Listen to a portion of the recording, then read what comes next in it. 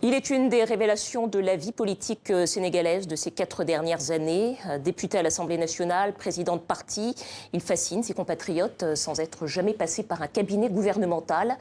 3 mois avant la présidentielle, il publie ce livre intitulé « Solutions », livre dans lequel il plaide pour une nouvelle gouvernance politique et économique au Sénégal. Ousmane Sonko, bonsoir. Bonsoir, madame. Merci d'être avec nous. Alors, vous êtes le président du PASTEF, les Patriotes, parti qui existe depuis 2014, vous êtes député depuis 2017. Et aujourd'hui, vous publiez ce livre, à 3 mois donc, de la présidentielle. Première question, vous ne représentez pas un grand parti politique, vous n'êtes pas un homme riche, vous êtes un haut fonctionnaire, vous avez fait l'ENA. Comment se passe votre pré-campagne ?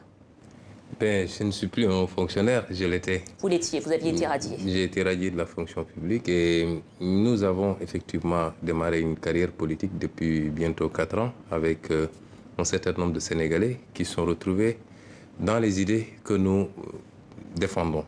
Et vous l'avez bien dit, nous ne sommes pas riches, mais de toute façon, théoriquement, aucun homme politique au Sénégal ne devait être très très riche, puisque nous savons d'où provient la richesse souvent des hommes politiques en Afrique. C'est de la richesse qui provient du détournement des deniers publics et des caisses du trésor public. La campagne est donc nous difficile, avons la si chance, je comprends nous bien. avons la chance aujourd'hui d'essayer d'impulser une nouvelle dynamique politique basée sur l'offre et sur la production d'idées, sur une vision, mais sur un programme solide et la capacité à convaincre les Sénégalais. Alors et justement, sur ce programme, parce que vous le développez dans ce livre, en effet, vous proposez un sursaut patriotique qui est organisé sur un triptyque. Quels sont les 3 points de ce programme?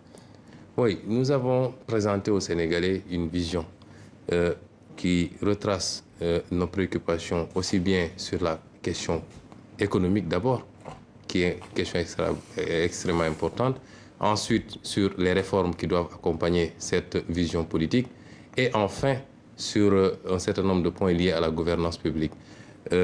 Nous avons considéré que l'un des problèmes fondamentaux que nous avons dans nos pays, c'est d'abord, sur la question politique, une inversion de nos systèmes politiques qui font que, pour le cas particulier du Sénégal, nous avons une économie tertiarisée, mais dominée largement par des intérêts étrangers, ce qui fait qu'au Sénégal, depuis quelques années, on nous parle de taux de croissance qui dépasse 6%, mais la pauvreté n'a pas pour autant reculé. Il n'y a pas de création d'emplois parce qu'effectivement, cette croissance est extravertie et sort du pays. Il y a également la question du modèle économique qui fait que, par exemple, vous voyez qu'au Sénégal, il n'y a pas de tissu industriel. Nous avons une économie construite autour du secteur tertiaire, donc les banques, les assurances, le commerce, une inversion. Or, nous considérons que dans la dynamique de développement de tous les pays, le passage par la transformation et donc le secteur industriel est extrêmement important. Le modèle économique que nous proposons aux Sénégalais est basé sur cela, maintenant alimenté par des filières fortes. Alors effectivement, vous proposez de passer effectivement d'un système commercial plutôt à un système industriel. C'est pas seulement une révolution économique, c'est aussi une révolution culturelle au Sénégal.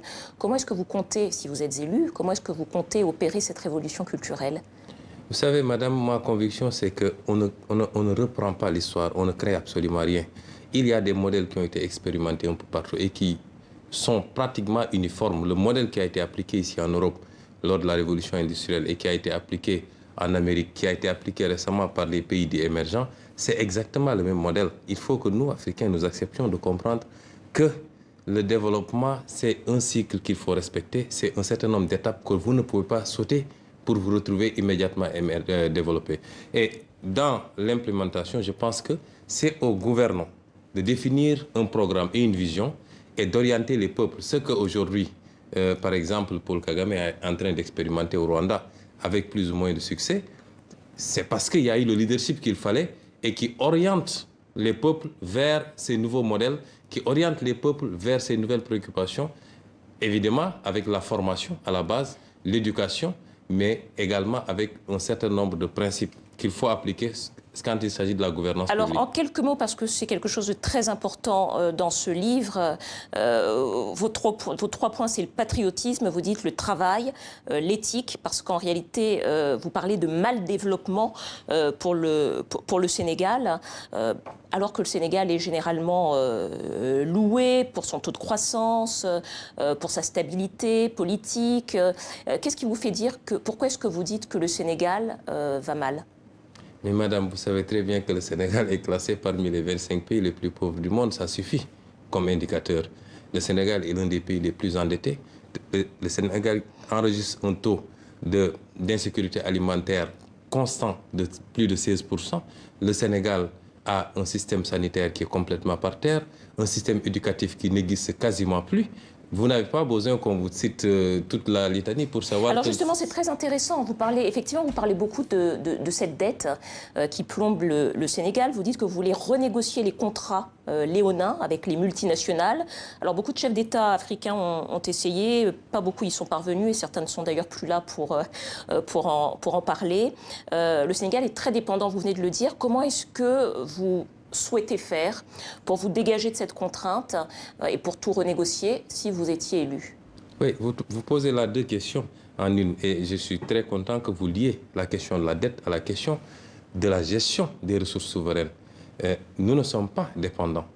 Nous sommes dépendants parce que quand vous avez des capacités de mobiliser des ressources souveraines par votre fiscalité, par une bonne gestion de vos ressources minières, par une bonne gestion de vos ressources halieutiques, et que vous compromettez justement ces ressources souveraines, que vous signez de mauvais contrats qui profitent beaucoup plus à des intérêts étrangers, à ces multinationales qu'au Sénégal, vous êtes obligé après de vous rabattre sur la dette et vous êtes dans un cycle vicieux où on vous dit, venez, on vous prête, mais en contrepartie, nous allons avoir une mainmise sur ces ressources-là. Et c'est justement le lien que nous établissons. Il faut casser ce cycle et pour casser ce cycle, il faut gagner le combat pour la souveraineté. Souveraineté dans notre capacité à gérer nous-mêmes et dans le meilleur des intérêts du Sénégal. Politique monétaire notamment, puisque vous souhaitez sortir notamment du franc CFA. Évidemment, c'est l'autre aspect, c'est le franc CFA, c'est les accords de partenariat économique.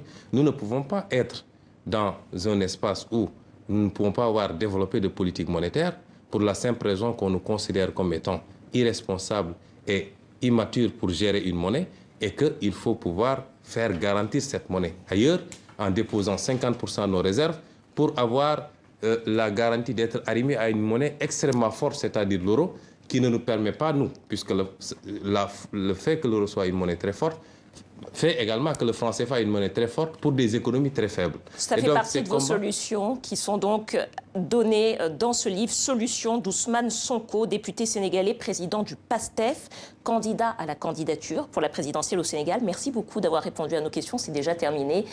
Merci à vous. C'est la fin du Journal Afrique. C'est moi. Demain, vous retrouverez Nfanté Minte à vendredi.